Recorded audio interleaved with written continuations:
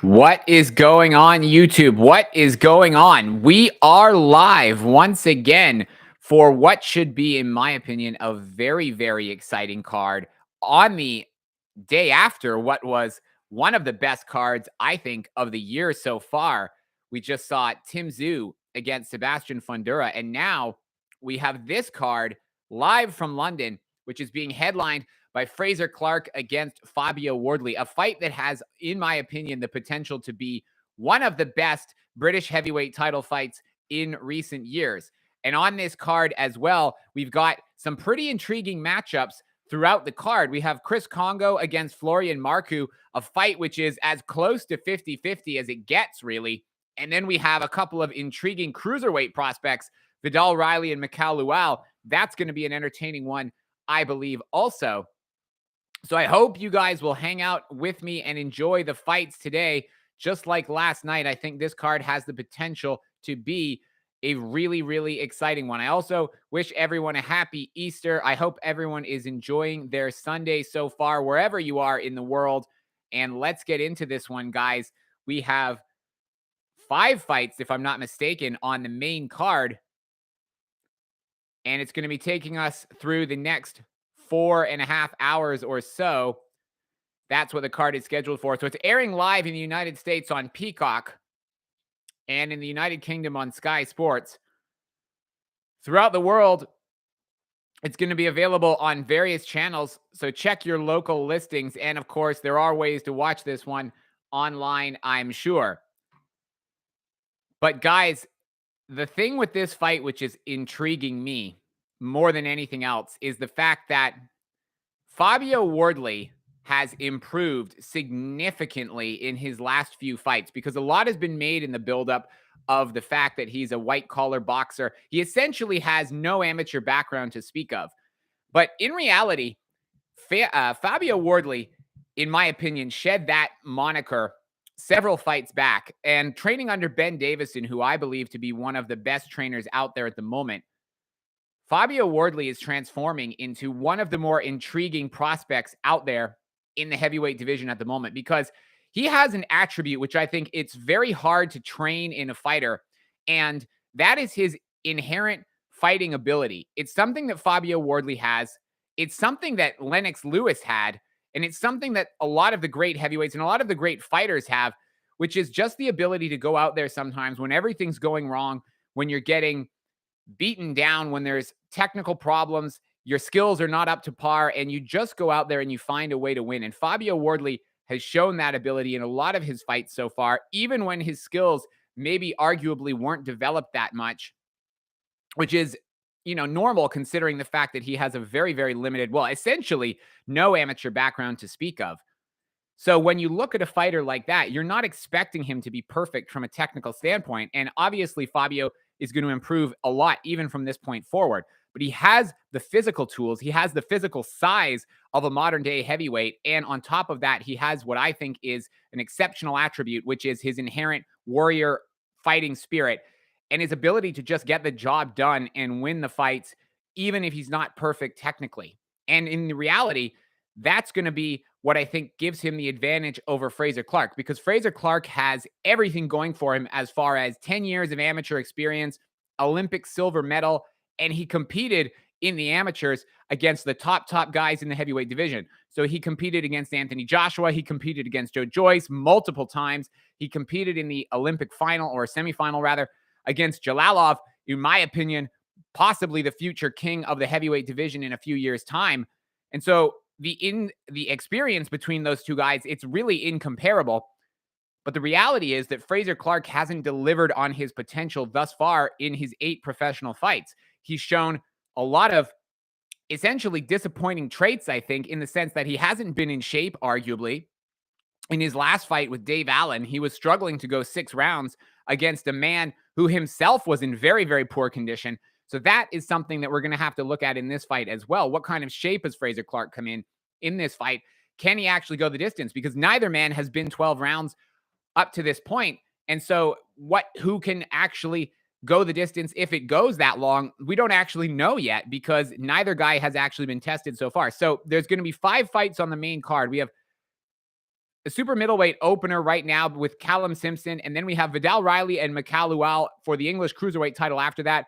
Ben Whitaker in an 8-round contest in the light heavyweight division. And then we have Florian Marku, Chris Kongo, 10 rounds in the co-main event, Fabio Wardley, Frazer Clarke. So this card is going to be relatively short and sweet, depending on how fast these fights go. It's going to be about 4.5 hours for this one, but I think there is the potential to be some very exciting fights. Mikael Lawal, by the way, is a cruiserweight he's the underdog in this fight, but if you guys haven't seen him before, he's another one who has relatively raw skills at this point, but he actually has very, very strong punching power. So he's one to keep an eye on as well, because Viddal Riley is the favorite in this fight. Mikael Lawal just lost to Isaac Chamberlain last time out. It wasn't a great performance from him, but he does actually have hellacious punching power. So keep your eye on Mikael Lawal, because Viddal Riley, who's the favorite here, he's managed by Anthony Joshua's management team. Viddal Riley, the bigger name, the favorite in the fight, but he is actually in there against a very dangerous opponent, a surprisingly dangerous opponent, actually, given the fact that this is for the English cruiserweight title. So not even, a super high profile belt. They've actually put him in there against a pretty dangerous guy, in my opinion. It's not an easy fight.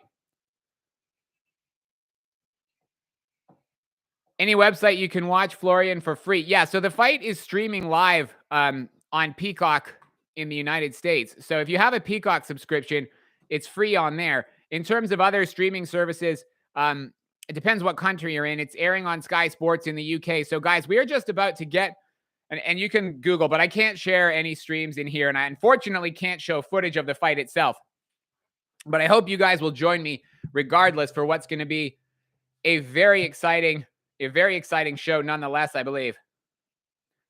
So I will be providing commentary for the entire card as we go along. Now,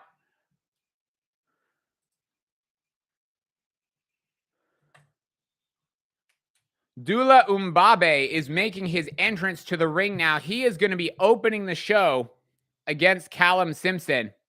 Now, Callum Simpson in this fight is a significant favorite.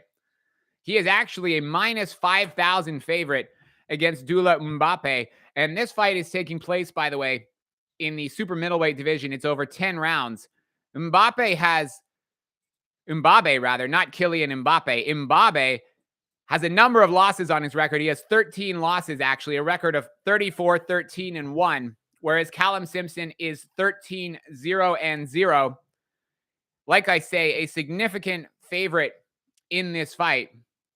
But as we saw last night, being a significant favorite doesn't necessarily mean that you get the job done. So Callum Simpson, he needs to be switched on in this one. Mbabe is making his ring walk as we speak. So we're just a few minutes from getting the opening contest on the main card underway. And I think this is going to be an interesting one, guys. Alan Babich, for those that are wondering, beat Steve Robinson on the pre-show via TKO. And we have got 5 fights, like I say, that each have the ability to be potentially entertaining ones on this card. So, guys, hope you'll be joining me. Zombie, how many more fights? Can I give us a link for the Florian match? I can't provide a link to the fight itself, unfortunately, but what I can do is give you some, hopefully, entertaining commentary over that fight. So Florian Marku and Chris Kongo, it's coming up in a little bit. So this whole card is going to be about 4.5 hours long. There are going to be 2 more fights before Viddal, Zombie. So this one, Callum Simpson against Dula Mbabe, is coming up next. It's a 10-rounder. And then after that, we have 1 more fight between Viddal Riley. No, I'm sorry. I stand corrected. I believe Viddal Riley and Mikael Lawal is actually next after this one, because Fabio Wardley is the main event. Florian Marku and Kongo is after that. And then third from the top is actually Ben Whitaker against Leon Willings. And then fourth is Viddal Riley and Mikael Lawal. So I believe Viddal Riley is actually coming up next after this one. So depending on how long this fight goes, it could be as soon as within 30 minutes from now. So yeah, Viddal Riley actually should be coming up pretty quick. But Callum Simpson is making his walk to the ring now. In fact, he's just stepping through the ropes, wearing this black and gold robe. Like I say, he's a significant favorite in this fight. So he will be expecting to win it, and realistically expecting to win it before the 10-round distance is up. Mbabe, because he's a huge underdog, even just going the distance is realistically going to be sort of a victory for him. Big Mo with the introductions now in the ring. Crowd not quite full inside the O2 in London right now, but they're still making noise. This one is in the super middleweight division, as I said, guys. Callum Simpson looking to improve to 14-0 with a victory here. Mbabe would have actually 35 wins if he was to win this fight. He does have 29 KOs on his record, for what it's worth. Mbabe has a significant number of KOs, and I have to be completely honest. Choi, Fabio Wardley by destruction. I believe Fabio Wardley gets it done as well. I think Frazer Clarke, unfortunately, hasn't ironed out some of the things that he did in the amateurs. And I think Fabio is going to get the KO victory, actually. But I like both guys, so I'm hoping it will be a good fight. And I think the loser, whoever it is going to be able to come back in the future and come back strongly. And I think both guys still have a lot of potential. But yes, I also think that Fabio is going to win this one.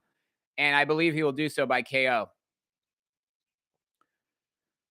So Dula Mbabe, like I say, I don't truthfully know much about his standard of opposition, but he does have 29 KOs on his record for whatever that's worth. So he does have some punching power at least. He's also been knocked out twice himself, in addition to losing 11 other times. So he can be put on the canvas himself. Callum Simpson will be looking for a knockout victory here. Like I say, as a huge favorite. Callum Simpson has 9 KOs, by the way, in 13, if you are wondering. So, both fighters are in their corners. The referee is in the center of the ring. Mbabe bouncing up and down on his toes. Callum Simpson is looking focused in the corner. Both fighters just waiting, and the opening bell has sounded. Round 1 is underway. Callum Simpson coming out, looking to use his jab, looking to work Mbabe to the body. Callum Simpson is coming forward on the front foot, but Mbabe is not backing down in the early exchanges. Nice right hand landed down the middle from Callum Simpson. Mbabe goes to the body and he missed, but that was a heavy shot. Mbabe, you can tell he's a heavy puncher, but he's not accurate. And when he's missing with his shots, it's allowing Callum Simpson to counter. Callum Simpson trying to establish his jab, trying to use it to set up a straight right hand. Mbabe with a big uppercut to the body. Mbabe, if he keeps connecting with these big shots, he could do some damage. The fighters are in the clinch now. You can tell he's a strong guy, Mbabe. He's shorter than Callum Simpson, but he's a little bit more muscular, it looks like. And you can see that his shots do have power. He just has a tendency to swing himself off balance there. He came in with a big swinging right hand, and he missed, but he got caught with a counter from Callum Simpson. Callum Simpson now connects with the back of the head, actually, of Mbabe. It's just the lack of accuracy from Mbabe, which is going to give him problems. But Callum Simpson has got to be careful of these power shots, especially these big uppercuts to the body. Callum Simpson's looking to work the body now as well.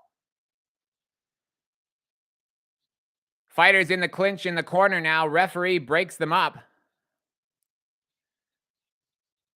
Simpson looking to work his jab again. Look at that. Mbabe working the body with power.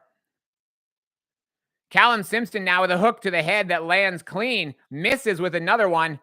Both guys end up in the clinch again. Now they're broken up. Again, Simpson looking to work his jab and his 1-2 straight down the middle. Uppercut lands there from Simpson. Nice hook from Simpson as well. Uppercut to the body connects, and a hook and another uppercut to the body. Simpson has got Mbabe trapped up against the ropes now. Mbabe is wobbling. He's been connected a couple of times here. Simpson is beginning to unload. There's 23 seconds left in round number 1. Mbabe manages to fall back into the ropes, but Simpson is doing well here. 14 seconds left in the round. The action is back in the center of the ring after the referee broke them up. Simpson, not desperate for the finish, just trying to establish his jab once again. Ooh, big right hand connected. An uppercut misses to finish that round. Overall, guys, a good round from Callum Simpson, but Mbabe is a strong guy who can connect with big punches. If he can just be accurate and not get himself out of position, get himself countered, Mbabe actually is a live opponent here. He's a dangerous guy. Frazer Clarke is too slow and too much basics in his style. He doesn't like risk. Well, my problem with Frazer is that he sits or doesn't sit on his punches enough. I don't think he has the size to have power. I mean, he's actually heavier than Fabio Wardley in most of his fights, but he doesn't sit on his shots. I think he I'm expecting like a mid-round stoppage. Maybe let's say, I don't know, around round 6 to 8. Alvin, you can watch Taylor. You train with Calvin. Okay, well, he's doing well here. As long as he doesn't get hit with anything. So we're in round number 2, guys. Yeah, like I say, Callum is just using his jab and his right hand effectively to try and keep Mbabe at range. Mbabe's in the center of the ring, and Callum is on the back foot, but he's kind of controlling the action. It's just these big clubbing shots from Mbabe that he has to be careful of. Nice jab from Callum Simpson. Mbabe, he's getting hit to the head. He needs to work on keeping his guard a little bit tighter, and you can see Callum Simpson has power as well because he's managing to affect Mbabe with those shots. Mbabe is backing off when he gets hit. The other thing with Mbabe is his balance isn't the best. So when he does actually stand in front of Callum Simpson, he's getting off balance. His footwork, not the slickest, and Callum Simpson is taking advantage. Callum Simpson has got him trapped up against the ropes now. We got 2 minutes left in the second. Big shots from Callum Simpson. Mbabe, though, he's a tough guy. He's taken quite a few shots to the head, and he's still going. Callum Simpson and Mbabe, they're in the clinch now. Callum pushes Mbabe into the corner, and he unloads with a couple of body shots. Then he goes upstairs with an uppercut. Mbabe is tiring. You can see that. He's holding on now more in the clinches. He's a big, muscular man, and getting hit with these shots, it's affecting his stamina, although he does manage to connect with one there, but he misses. And each time he misses, Callum Simpson is countering. And he missed about 3 times there, and he got countered. Callum is now being effective at getting through with the majority of his jabs and his straight rights. And being so effective at opening up Mbabe to the head is also allowing him to work Mbabe to the body with uppercuts to the body. Mbabe coming back, trying to work Simpson with some uppercuts. One of them looked like it landed below the belt. Now they're in the clinch. Simpson managed to land a right hand in the clinch. Straight jab now from Callum and an uppercut. Mbabe just coming forward, though.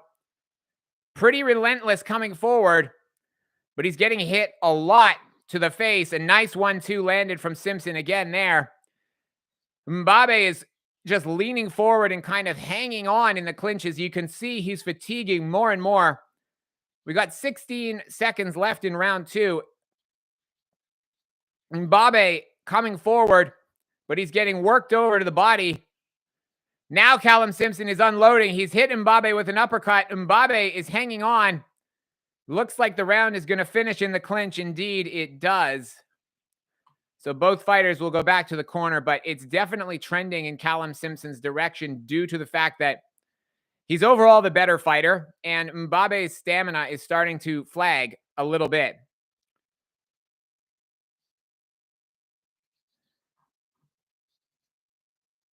Ordep, thank you very much. I appreciate you.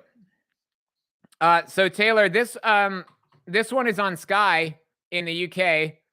I'm assuming that you're in the UK if you train with Callum.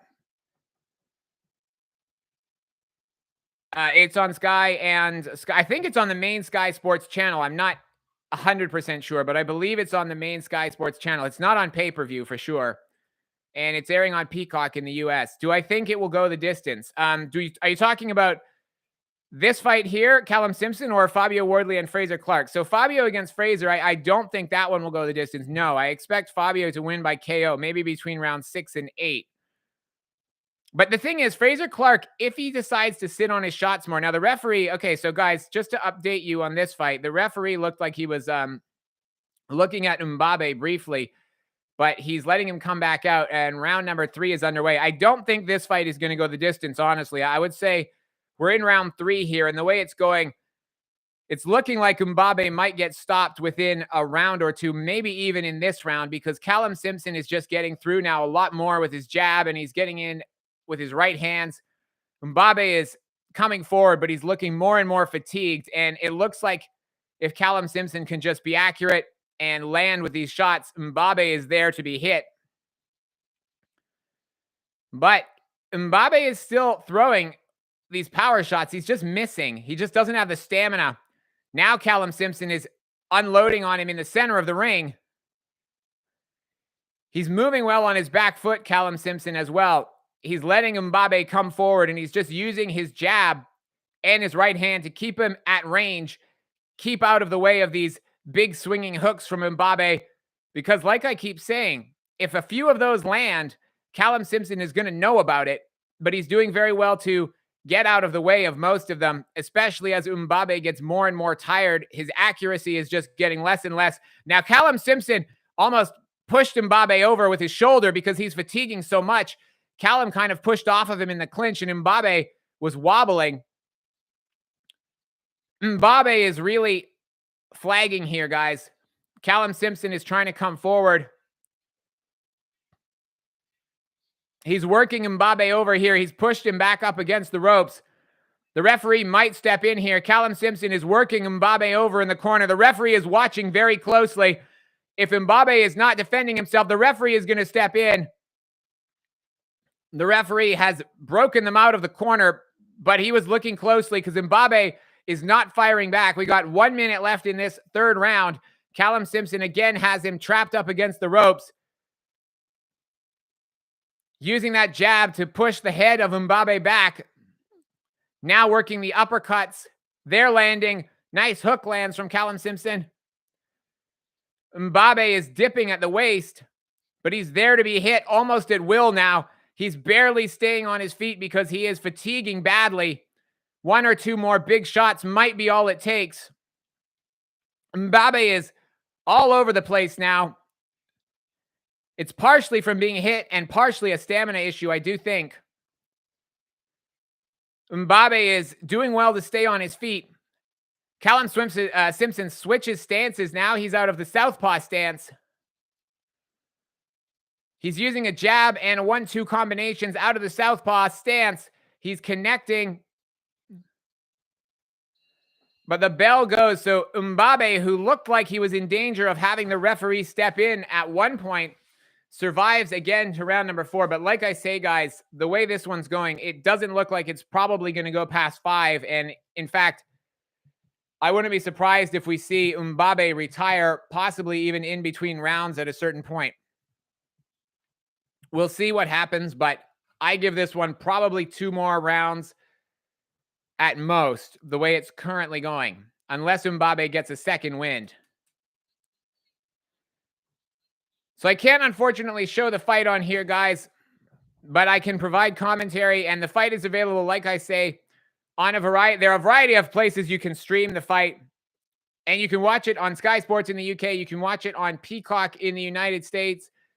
In Australia, I'm not sure where it's showing, actually. All right, round number 4, guys, is about to be underway. Callum Simpson, the minus 5,000 favorite in firm control. Callum using his jab, his right hand. He's switched back to the orthodox stance now as well. Mbabe is lunging forward. He's just trying to use his last, I think, desperate gasps of energy to try and connect with a big shot. But Callum Simpson is boxing very well behind his jab. He's looking very stable. Mbabe coming forward. Admirable heart being shown and toughness from Mbabe because he's eating shots for breakfast at this point. Mostly jabs and right hands. Not huge power shots, but Mbabe just doesn't have the stamina or the accuracy to hurt Callum Simpson seemingly at this point. So the action is taking place in the center of the ring. Simpson digging to the body and going to the head. Oh! Mbabe is down. Big right upper, or rather right hook landed from Callum Simpson. He set it up by going to the body. Mbabe is back in a sitting position, but he will not get back to his feet. I don't think he was hurt incredibly seriously, but his stamina wouldn't let him get back to his feet. Callum Simpson wins the fight as the referee waves it off in round number 4. Mbabe, a tough man, took a lot of shots in this fight, but ultimately, Callum Simpson was able to work him over to the body, which opened Mbabe up when he dropped his guard to a big right hook, which landed clean on the temple, and Mbabe went down to the canvas, ultimately deciding to stay down, which I believe was probably a smart decision because he was going to only get hurt worse. Both guys laughing as they walk back to Mbabe's corner. It looks like he is okay, but Mbabe gets stopped in the 4th round by Callum Simpson. Monica, unfortunately, we can't show the fight on here, but you guys are going to get to see an exciting one, at least hear an exciting one after this. I believe we are going to see Viddal Riley against Mikael Lawal coming up next. Mikael Lawal, a hellacious puncher, actually, despite the fact that his boxing experience is relatively minimal as an amateur. But his punching power is such that he is a real threat to Viddal Riley in this fight, in my opinion, even though Mikael lost to Isaac Chamberlain in his last fight. Unfortunately, we can't provide links in the stream here, guys. I do apologize for that. But the next one, Lee Foster, I agree. It's going to be a good fight. I don't know how many people outside of the UK in particular know who Viddal Riley and Mikael Lawal are, but like I say, Viddal is actually a minus 450 favorite in this fight. And I think a lot of that has to do with the fact that Mikael Lawal didn't look great in his last fight against Isaac Chamberlain when he lost his British title. But I think when you have a guy like that who's got real punching power, he does have the ability, in my opinion, to KO Viddal Riley. In fact, I think there's very little doubt about it.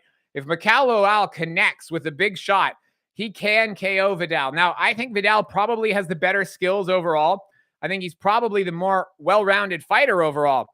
But make no mistake, if he gets hit, he can get dropped. And that's what makes this fight very intriguing.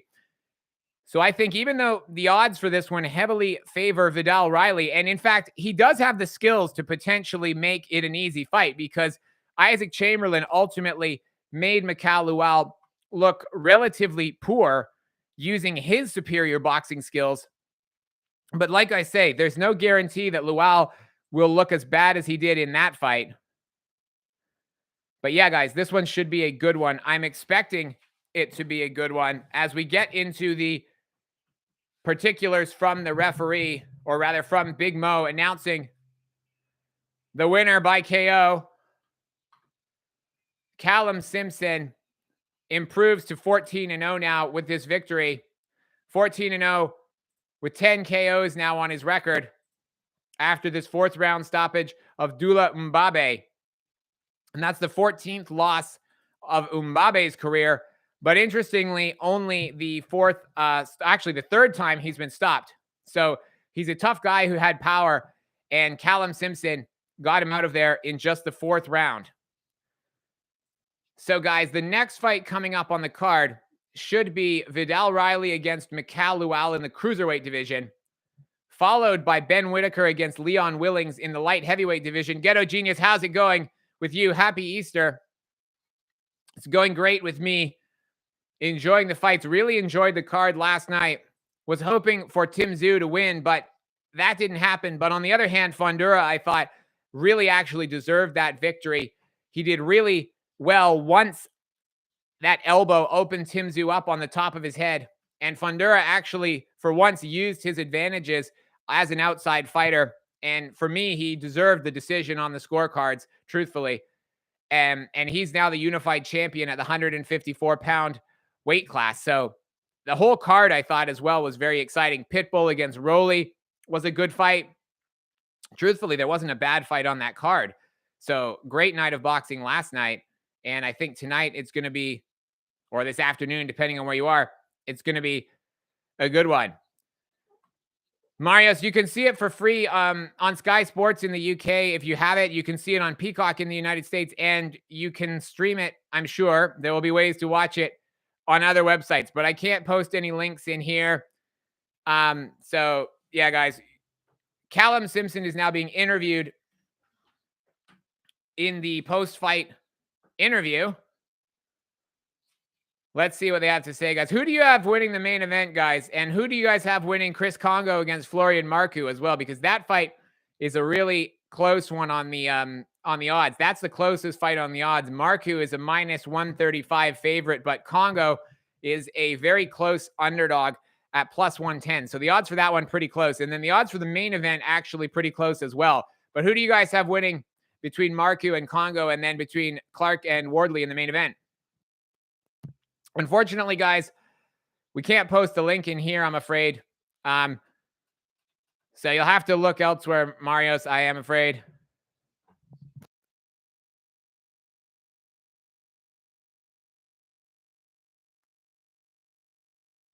Yeah, Ghetto Genius. It wasn't a great look for Tim Tszyu, I will say. For the truth is that for his really big American debut, and I know like he fought in the US before once, but this wasn't a great look for him in his big pay-per-view headlining what was supposed to be his coming out party. Really, it wasn't great. But I do think also Fundura, it's going to be really interesting to see how he looks in his next fight, because they brought out Spence afterwards. And so if that's the next fight, I mean, I don't know. I think that could go pretty wrong for Fundura. Still, I would heavily favor Spence in that one. But then I also heavily favored Tim Tszyu in this one. I thought he would knock Fundura out, to be honest. So let's see.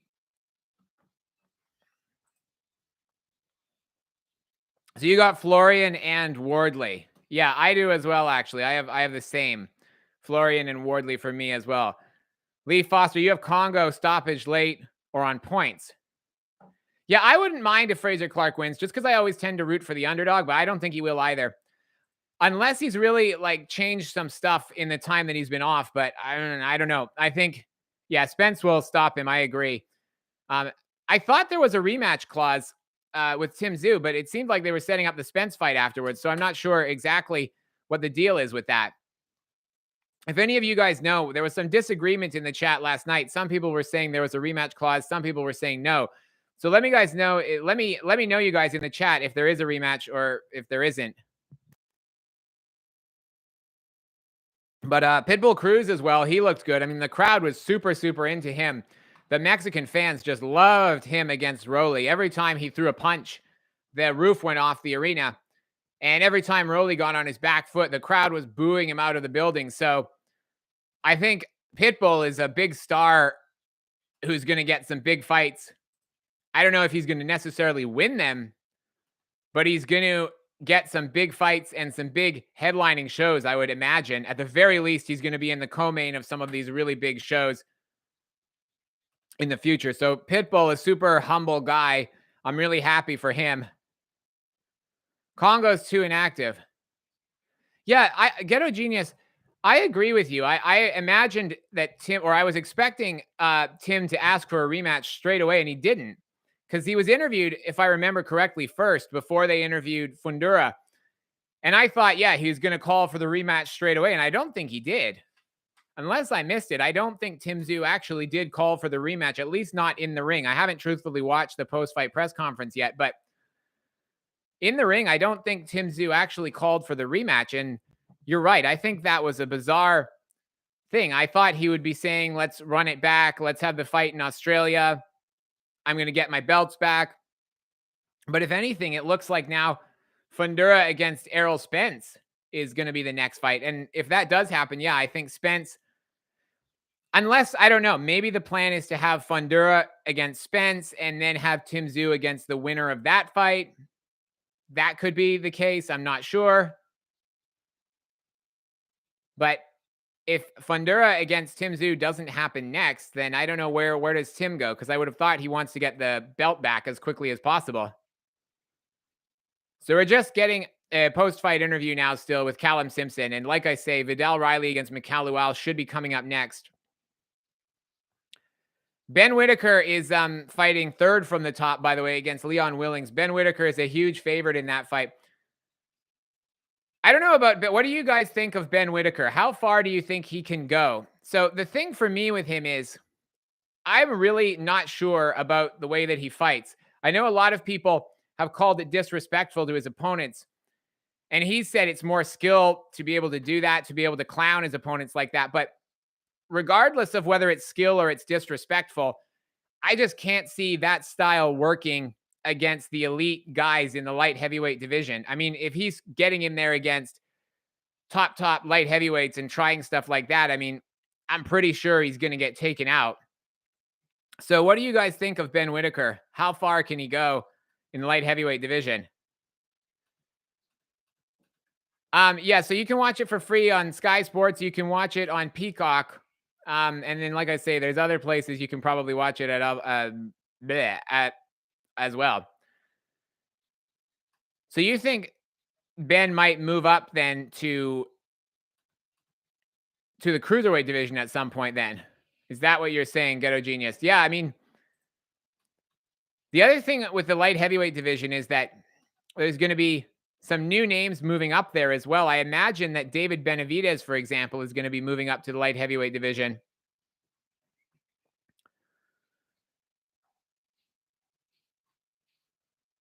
Yeah, I agree, Ghetto Genius. I find it disrespectful. I mean, the reality is if you want to do that and if you want to go in there and, like, in my opinion, if he goes in there and fights a high-level light heavyweight and he wants to do that, well, then it is skill. But when he's fighting guys who have records, you know, like 13 losses on their record, 5 losses and 2 wins, whatever the guys' records are, they're not really top guys. They're journeymen.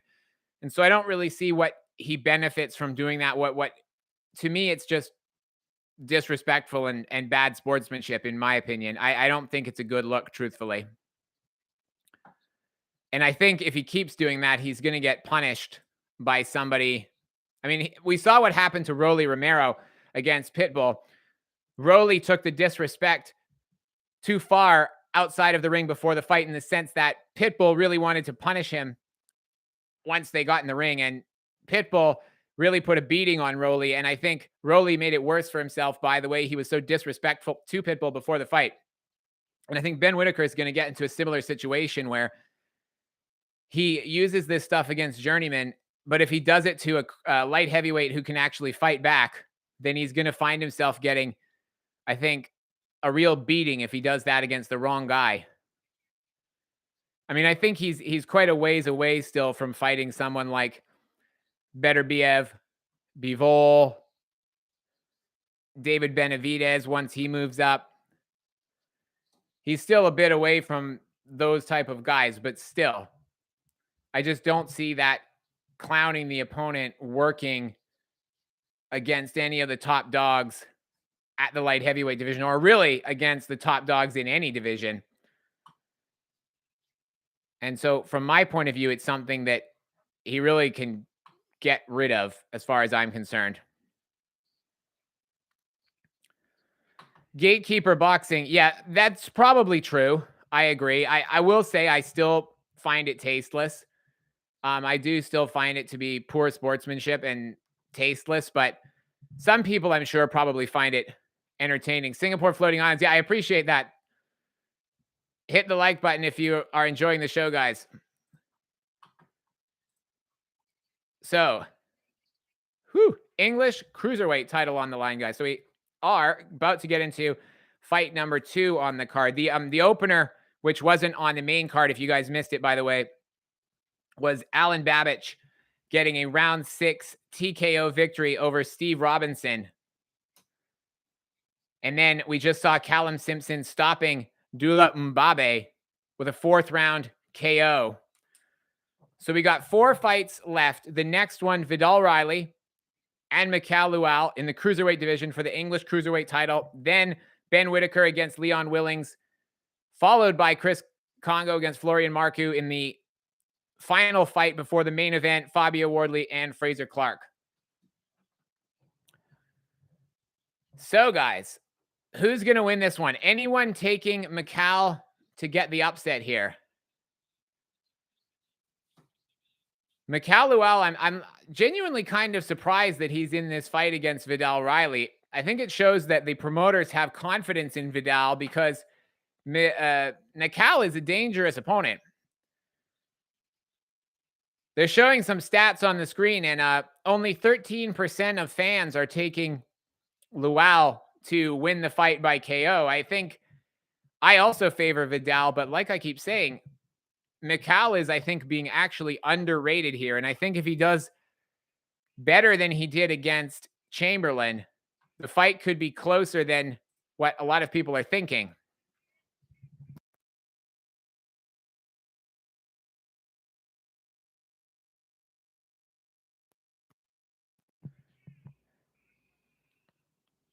Yeah, Gatekeeper, I agree with what you're saying that it does get attention on Ben Whitaker's antics for sure. I mean, and I'm sure the promoters don't mind, and I'm sure Ben, knows what he's doing, and I'm sure he's doing it on purpose to try and get some attention on his fights. Florian Marku, underrated, is going to be on in 2 fights from now. So there's this one, then there's Ben Whitaker on, and a Ben Whitaker fight, realistically, I don't think it's going to go the distance, even though it's scheduled for 10 rounds. But I don't think it's going to go, or sorry, actually, the Ben Whitaker fight is 8 rounds, but I don't think it's going to go the distance. Ghetto Genius, you think it's going to be boring. Well, it might be if he fights Mikael, that is, fights like he did against Chamberlain. Then it could be boring. Mikael is making his way to the ring now. He's just climbing through the ropes wearing this all-black robe with a snake print kind of thing on it, a snake on the background.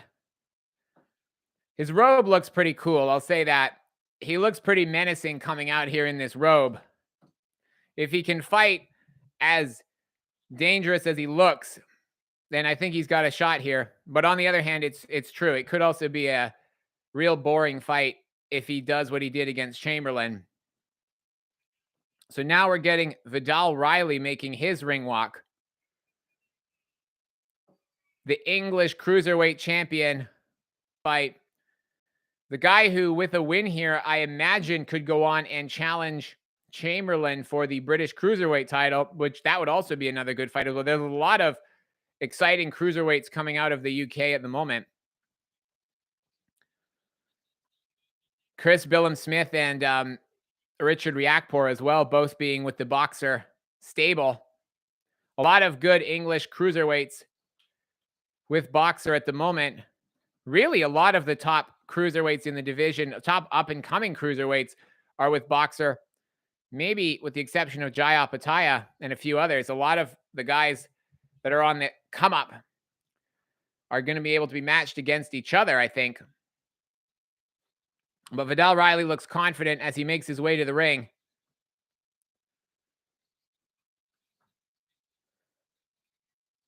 It is a step up for him, though. It's going to be a big step up, I think, from his last fight.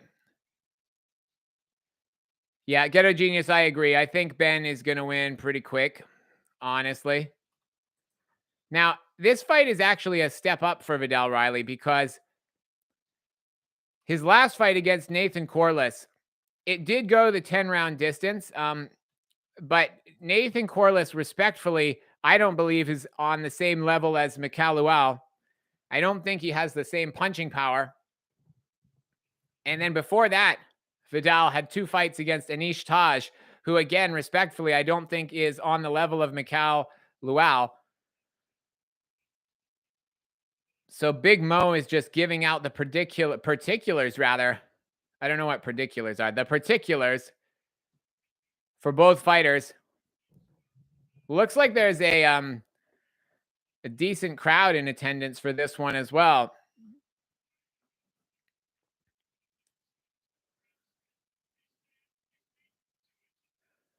He's just introducing Mikael Lawal, who has a record, by the way, of 17-1. His one loss was in his last fight to Isaac Chamberlain, where he lost his British cruiserweight title. He's got 11 KOs on his record, does Mikael Lawal. He's also never been stopped himself. His one loss was a points loss.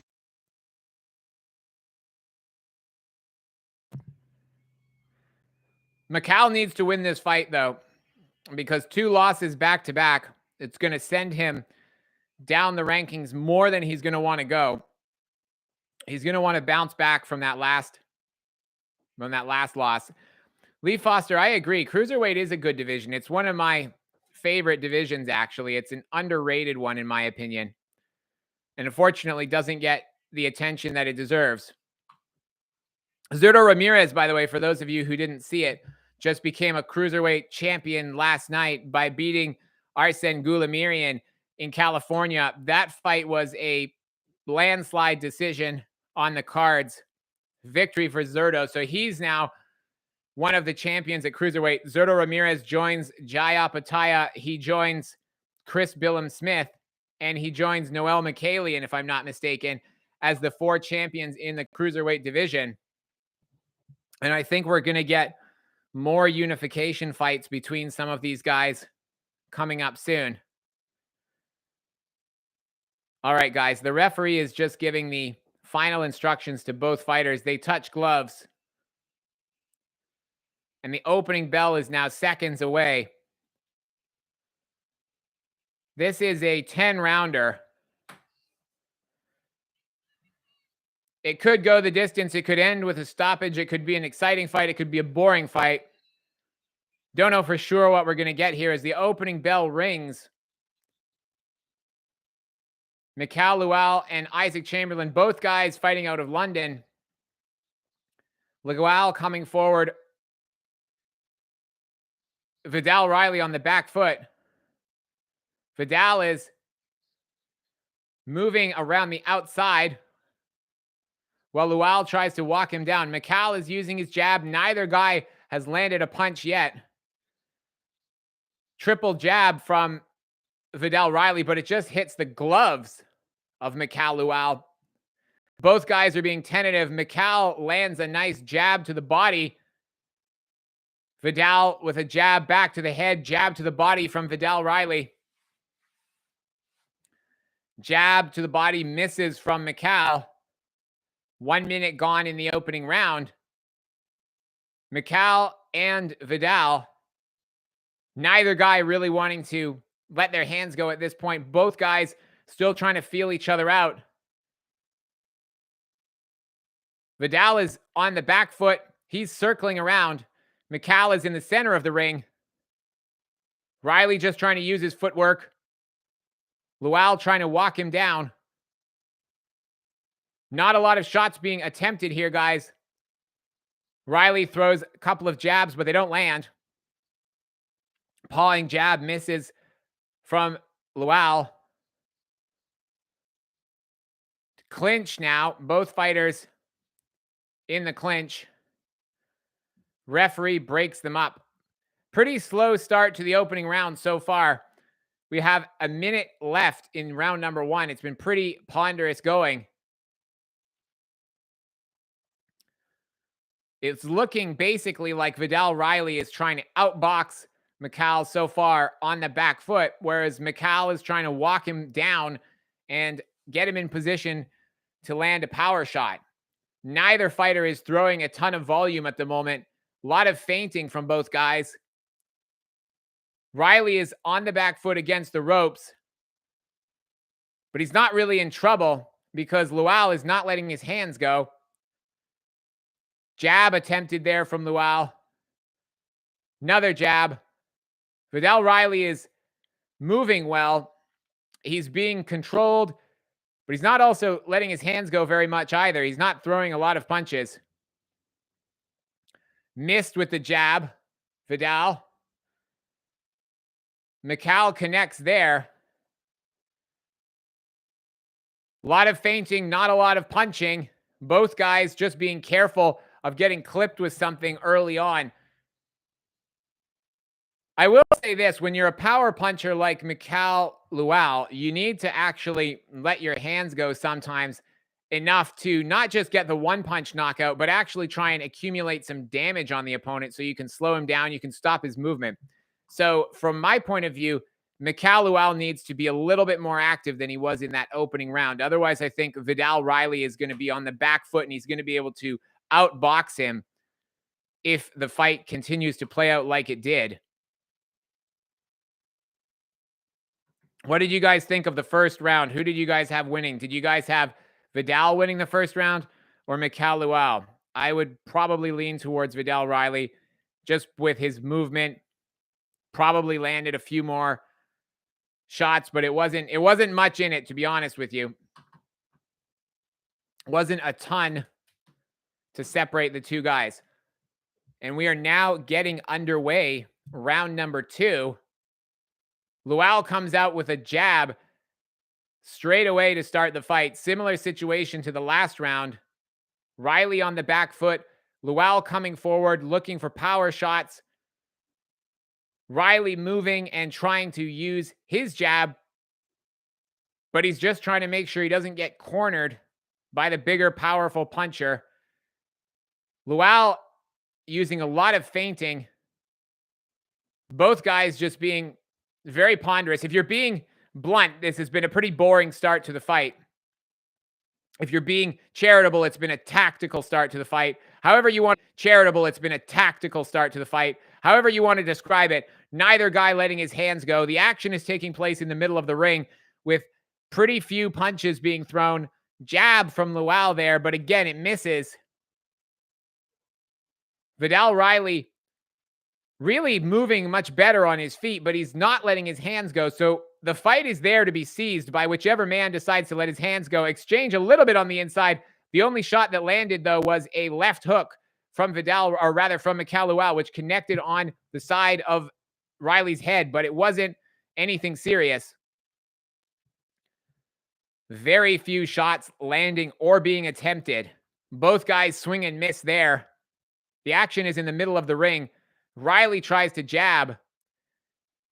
Doubles up the jab, but it just hits the gloves of Lawal. Lawal, like I say, he's got those big bombs, but he's just not throwing any punches right now. He goes to the body with a jab.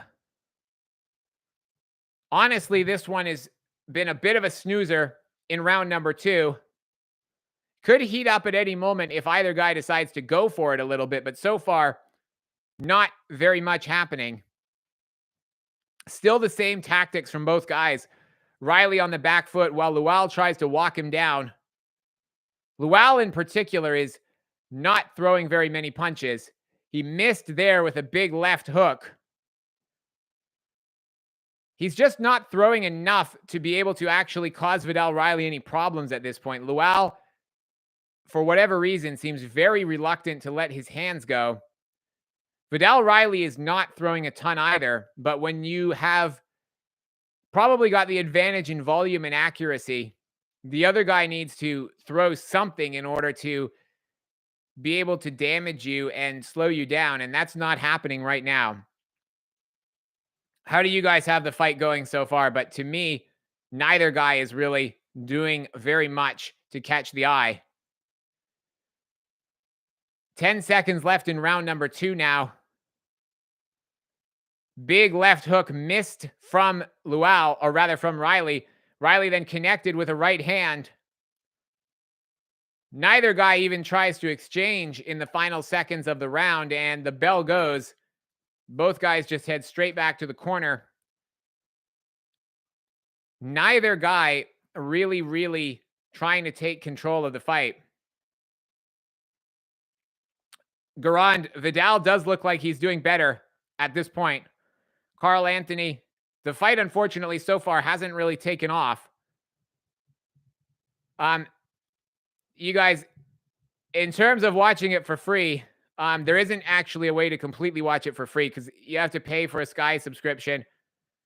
And you have to pay to watch it on Peacock as well, although the Peacock subscription is not much. I only pay $2 a month for it. So that's not really that bad. Yeah, Viddal is probably doing better, I think, of the two. So round number 3 is about to get underway. Lee Foster, I agree with you. I think that both fighters seem afraid to commit. So let's see what's going on in round number 3, guys. Anyway, the bell has sounded to start round number 3. Riley is probably the one who's won these first 2 rounds, if I had to guess. I don't think Lawal's inactivity will do him any favors. His lack of punches will do him any favors with the judges. Riley connected with a jab as well there. Mikael Lawal is a very frustrating fighter to watch in this fight because he just refuses to throw any punches that are causing Viddal Riley problems. It's almost like he's more concerned with getting knocked out himself than he is with actually hurting his opponent. And he's definitely not going to win the fight on points if he keeps throwing as few punches as he is right now. Jab connected, though, from Mikael Lawal there. Mikael Lawal's footwork is also not as good as Viddal Riley's, in my opinion, and that's making it hard for him to get into position to land his shots. Viddal is using his footwork to keep Lawal away from him. Viddal tries to double up the jab himself, but it doesn't connect either. Both fighters are doing things, I think, which are not doing them. Basically, both fighters need to throw more punches, to be concise. Both fighters need to throw more punches, and either one of them could take control of this fight if they would do it, but they're not so far. Mikael Lawal with the jab. Viddal still using his footwork to make it very difficult for his opponent to corner him. We've got a minute left in round number 3. At the rate this fight is going, it's looking increasingly like it probably will go the 10-round distance. There's been nothing close to a dangerous moment in the fight for either guy. It's almost looking like an amateur fight that's just going to go a few extra rounds at this point, in the sense that Viddal Riley is just trying to score points with little pitter-patter punches from the outside, and Mikael Lawal is just trying to come forward, and it's almost as though he thinks he can just finish the fight with one punch. And maybe he can, but the problem is that he also can't get himself into position to land that shot because Viddal Riley is just too good on his feet compared with Mikael Lawal, who's respectfully quite a plodding fighter in comparison. Footwork is not his biggest asset. He's a little bit reminiscent of Deontay Wilder, albeit not as skillful, in the sense that he tries to basically get himself in position to land a big bomb. And if that doesn't happen, he's relatively easy to outbox. And some nice movement and some nice combinations landed from Viddal. And the round ends. So if you guys are rooting for Viddal in the chat, I think you can feel pretty comfortable. It's probably trending in his direction, to say the least. We're now seeing Ben Whitaker arriving in the arena.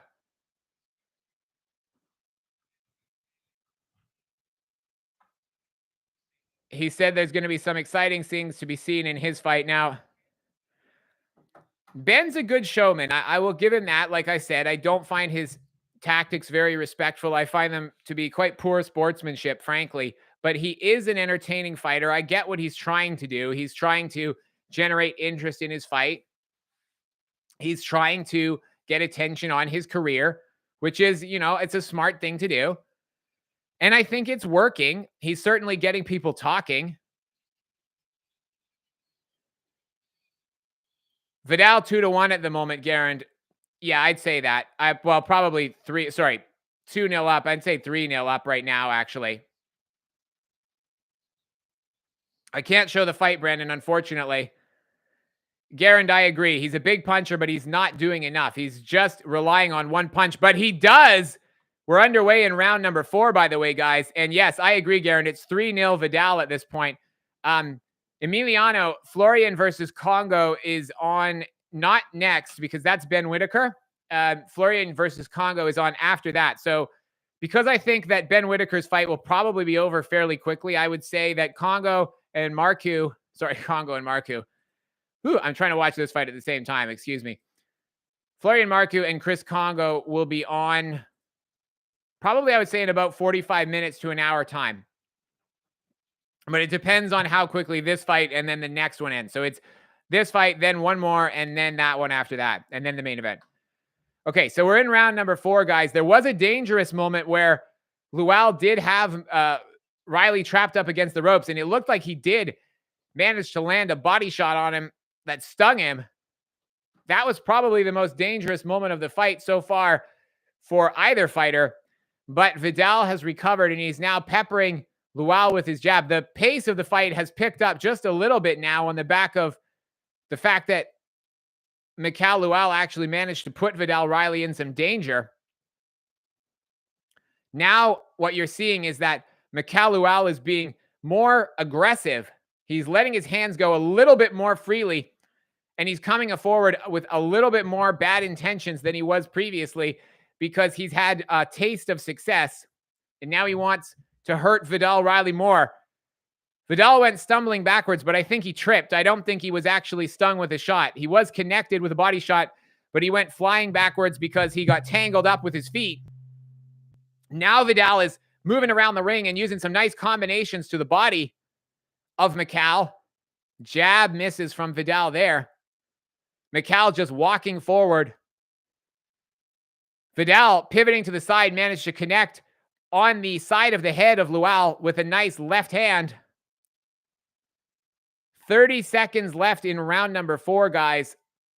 I still feel like Viddal Riley probably won this round, but this has been the best round of the fight for Mikael Lawal. So I would say, charitably, Viddal Riley is about to be up 3-1, possibly 4-0. It could be either way, I think. Good foot movement. It's a good job of staying on the outside for Viddal Riley, who connects with a right hand straight down the pipe. Bell is about to go here. Lawal connects with a jab. Lawal misses with an overhand right.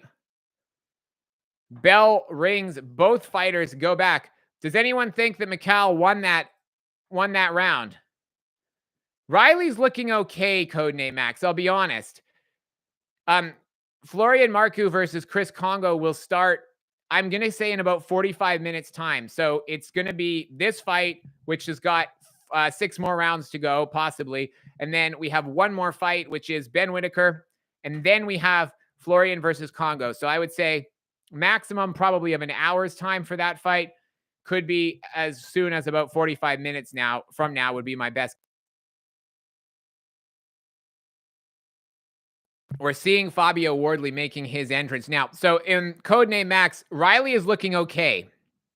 I think he's probably winning the fight either 4-0 or 3-1. But the reason why I say he's looking okay is that he's not really dominating it either. He's on the back foot and he's throwing his jab, his right hand, and it's probably winning him the rounds, but he's not dominating the fight either. So I would say he can also do a lot better than what he is doing, but he's probably winning the fight on the scorecards as we get into round number 5.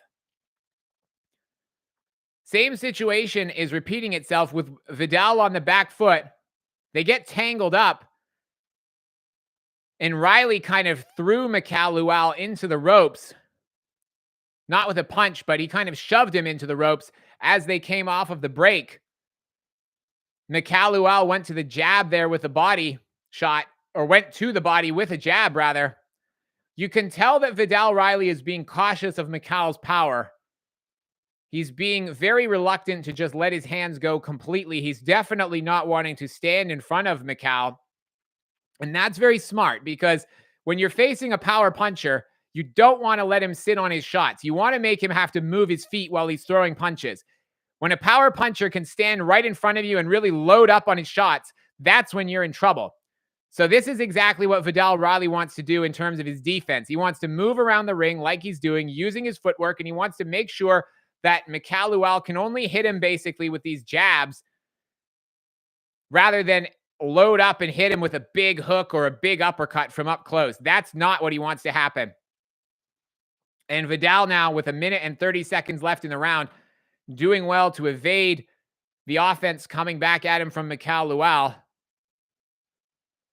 Mikael has been a little bit more aggressive ever since he managed to wobble Viddal Riley just a little bit. Both guys exchange punches again, but it looks like Viddal came off the better of the two there. Big shot came in, but it missed from Mikael Lawal. Mikael is still just looking for that one big shot. He's trying to target the body. Mikael Lawal is trying to target the body of Viddal Riley, but the problem is it's not working because he doesn't throw enough volume. He's not connecting with enough body shots. And the point of targeting the body is to try and slow your opponent down, but you need to use enough volume of punches. Unless he manages to stop him with one shot to the liver, he's going to need to accumulate volume of punches to the body in order to actually slow Viddal Riley down. And unfortunately, Mikael Lawal is being too sporadic with his output at this point in time, and it's just not being effective at slowing down the champion. So Viddal Riley on his back foot with 20 seconds left in the round, moving well, moving and staying and keeping his distance so that Mikael can't close him down. Mikael tried to go over the top with a left hand, and it missed once again.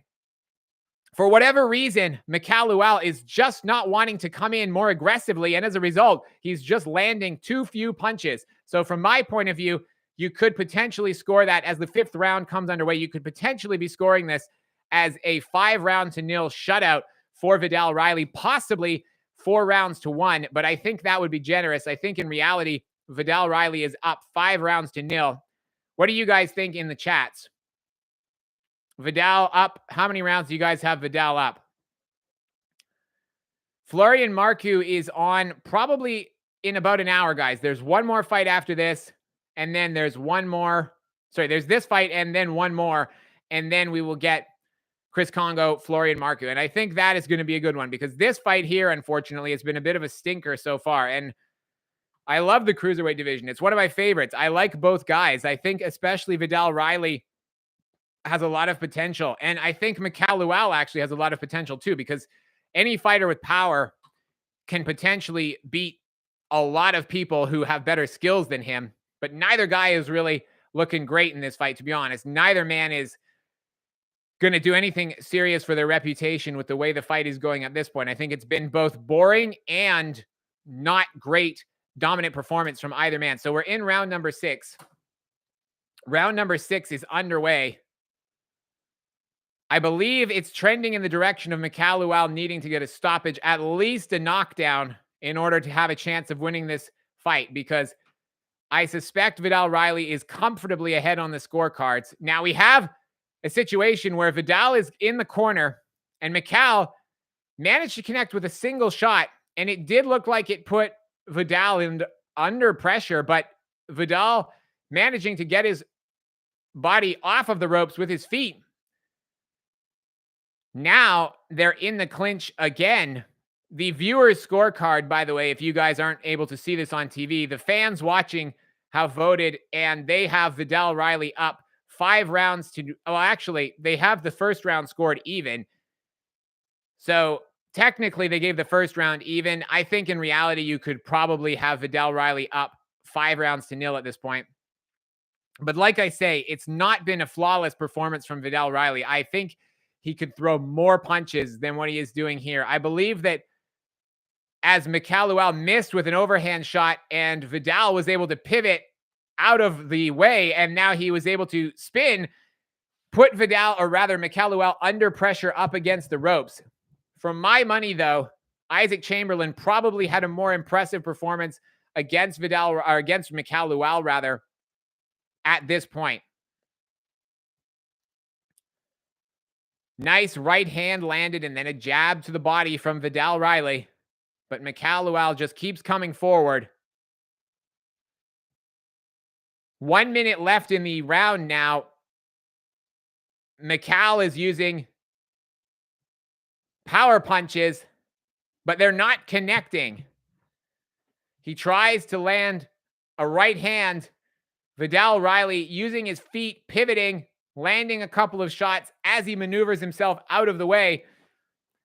Just little shots that are picking up points, I would imagine, on the scorecards, while Viddal Riley looking for one shot to finish the fight. Going to the body again there is Mikael Lawal. Viddal Riley up against the ropes, just trying to use foot movement and body movement to make sure he's not in position to get hit with a big shot. Both fighters exchange shots now. Mikael Lawal walking Viddal Riley down, but it's just not putting Viddal Riley under any significant pressure. And I think that was another round for Viddal Riley, which unfortunately, from Mikael Lawal's point of view, means that he needs to probably get a stoppage at this point in order to win this fight, guys. So we have Ben Whitaker coming up next. Ben Whitaker in an 8-rounder in the light heavyweight division against Leon Willings. Ben Whitaker against Leon Willings is next. And then after that, we have Florian Marku against Chris Kongo. But we still have a few more rounds to go in this fight. At the rate it's going, I will be very surprised if we get a stoppage in this one, truthfully, because Mikael Lawal is not looking like he will stop Viddal Riley, and Viddal Riley looks like he's content to let the fight go to points and win a points decision. So the bell goes. Even the bell going to start the round doesn't seem to generate much enthusiasm from either guy. They kind of reluctantly step to the center of the ring. It looks like both fighters have almost made a silent agreement to get this one over with as easily as possible, with as little drama as possible, because this is the 7th round. We got 4 to go. And once again, Mikael Lawal is coming forwards, trying to use his jab, and he's trying to slow down the movement of Viddal Riley, the favorite and the defending champion in this fight. Now, Mikael Lawal tries to exchange, or rather land a 1-2 on the body. Still, it's the footwork of Viddal Riley which is doing him the most good in this fight, even more so than his punch output. It's the footwork and the way he's making it so that his opponent can't get into position to land anything of substance. Nice left hand landed by Viddal Riley, but Mikael Lawal fires back with a jab of his own. Another jab, but it misses. Jab connects there from Viddal Riley. Mikael fires the jab in again, but it misses. It glances against the gloves. Big swing and a miss from Mikael Lawal. Riley fires back with a 1-2 and a jab. Only the jab got through the gloves. None of it did significant damage because Mikael Lawal is just coming forward still. 1.5 minutes roughly to go in this 7th round. Jab misses again from Mikael Lawal, but an uppercut missed from Viddal Riley. Both guys just really reluctant to engage. There's been almost no inside fighting throughout this entire contest. The entire fight has been fought at distance, apart from brief sections in the clinches, but there have been very few inside exchanges in the entire 7 rounds up to this point.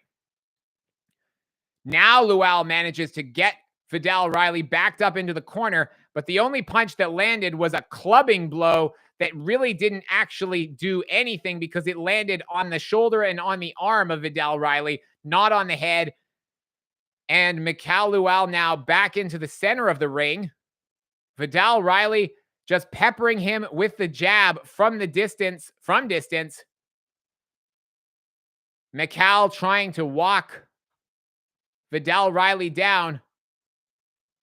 Very little noise coming from the crowd here. They're not responding because they're being given very little to cheer about at this point. The fight is not lighting the world on fire by any means. 20 seconds left in round number 7. This has been a disappointing showing so far from both fighters. So the bell goes to end the round. I believe that the time on the screen was not actually accurate because the final bell went just after they showed 20 seconds to go in the fight. What do you guys think of this so far? I appreciate that, Alan. Thank you. Yeah, I'm doing my best to let you guys know what's going on if you're not actually watching the show. But Chris Billam-Smith is sitting at ringside, and I have to say, I watched his last fight against Masternak, and Chris Billam-Smith, for me, would be a significant favorite at this point over Viddal Riley, if indeed Viddal Riley wins this fight. And I think that's worth mentioning because both guys are with the Boxer stable, so I imagine that's a matchup that could be planned for the future. But at this point, I thought Isaac Chamberlain did a more impressive job against Mikael Lawal, and I believe that Chris Billam-Smith would be a significant favorite if he was to fight Viddal Riley at this point, at least for my money. Now we're in round 8. Viddal Riley is trying to use that jab just to score points, not to get a KO and not even to set up a big right hand. It seems purely designed to try and keep Mikael Lawal from getting close. And he's just doing it to score points. There's been very little effort to use the right hand from Viddal Riley. It's just single or double jabs, very rarely followed up with a right. There's a nice combination from Viddal Riley. Now the guys are in the clinch, in the corner. Referee breaks them up. He moves them back to the center of the ring. And the action, such as it is, resumes. A miss from Mikael. Now, like I keep saying, Mikael Lawal needs to get a knockout to win this fight. But if he would just let his hands go a little bit more aggressively, he might be able to hurt Viddal Riley. Instead, Viddal Riley just connected with a couple of uppercuts to Mikael Lawal's body. And it's not really slowing him down because he couldn't be moving much slower than he already is.